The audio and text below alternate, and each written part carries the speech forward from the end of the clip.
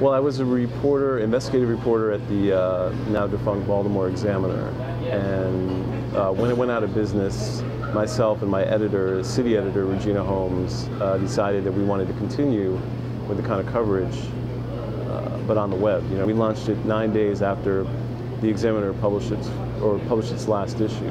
What I learned at the Examiner was that the most relevant parts of journalism are revealing government watchdog kind of stuff, waste, investigative reporting, tended to attract the most interest, and we're the most relevant. We're going to be distinct when you come to Investigative Voice. You're going to find a completely different type of news, in a way, even though topically it might be similar. It's going to be delivered differently, and it's going to read differently, too. The biggest mistake people make looking at journalism is to look at it as a business, because it's not.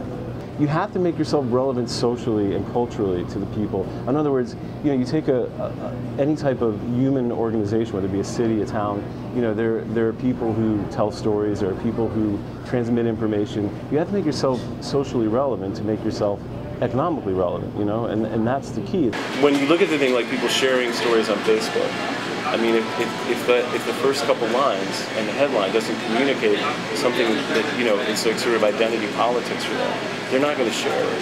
They're not going to pass it along, you know. If, you know, I think about Raw Story, when they had the turtles burning, you know, the headline says turtles burning.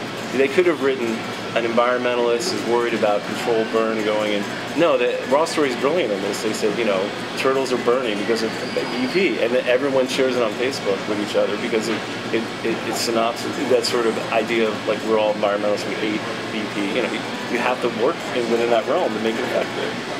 Otherwise, people won't read it.